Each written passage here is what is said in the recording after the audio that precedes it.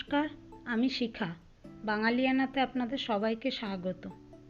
আজ আমি বানাতে চলেছি মাছের মাথা দিয়ে পুঁই শাক। তো চলুন দেখে নেওয়া যাক এই রেসিপিটি। মাছের মাথা দিয়ে পুঁই শাক বানাতে আমাদের লাগছে 450 গ্রাম পুঁই শাক।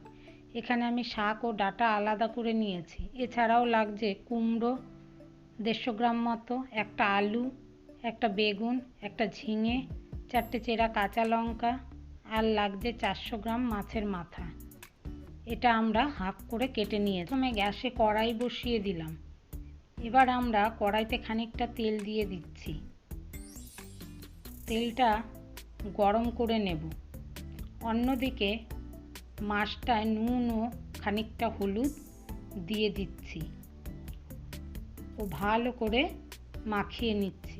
এবারে গরম তেলে মাছগুলো ছেড়ে দিচ্ছি। মাছটাকে আমাদের ভালো করে ভেজে নিতে হবে। অন্যদিকে আমরা সবজিগুলোতে নুন ও হলুদ দিয়ে মাখিয়ে নেব। দেখুন মাছগুলো ভাজা হয়ে গেছে। অন্য একটা পাত্রে মাছগুলোকে নামিয়ে নিচ্ছি। কড়াইয়ের তেলে খানিকটা কালো জিরা ফোড়ন দিয়ে দিলাম। এই ফোড়নের তেলে আলুগুলো দিয়ে দিলাম এবং অল্প করে ভেজে নিয়ে এর মধ্যে পুঁই শাকের ডাঁটাগুলো দিয়ে খানিকটা ভাজা করে নিতে হবে। পুঁই শাকের ডাঁটাগুলো ভাজা হয়ে এলে এর মধ্যে কুমড়োগুলো দিয়ে কুমড়োগুলোও একটু ভাজা করে নেব। এবারে এই ভাজা সবজিগুলোর মধ্যে বেগুন ও ঝিঙে দিয়ে দিলাম এবং সব সবজিগুলোকে ভালো করে ভেজে নিতে হবে। এই ভাজা সবজিগুলোর মধ্যে 4টে চেরা কাঁচা লঙ্কা দিয়ে দিলাম। এই লঙ্কাগুলো দিয়ে সবজিগুলোর মধ্যে ভালো করে মিশিয়ে নেব এবং একটু ভাজা ভাজা করে এর মধ্যে হাফ চামচ কাশ্মীরি লঙ্কার গুঁড়ো দিয়ে দিলাম।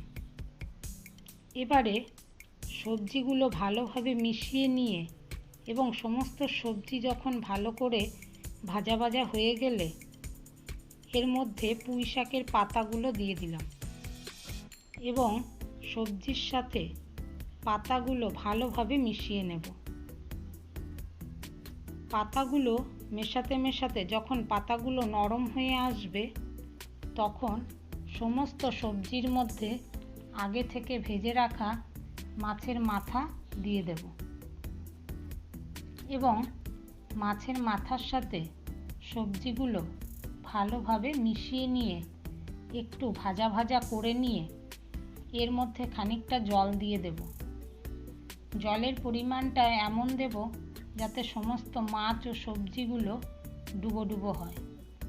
এবারে সবজিতে জলটা ফুটে এলে গ্যাসের ফ্লেমটা লো করে একটা ঢাকনা দিয়ে ঢেকে 5 মিনিট মতো রেখে দিতে হবে। 5 মিনিট পরে ঢাকনা খুলে খুন্তির সাহায্যে ভালোভাবে মিশিয়ে দিতে হবে। এবারে এর মধ্যে 1 চামচ চিনি দিয়ে দিতে হবে এবং চিনিটাকে সবজির মধ্যে ভালো করে মিশিয়ে দিতে হবে। গ্যাসের ফ্লেমটা একটু বাড়িয়ে খানিকক্ষণ বাদে বাদে চালিয়ে যেতে হবে।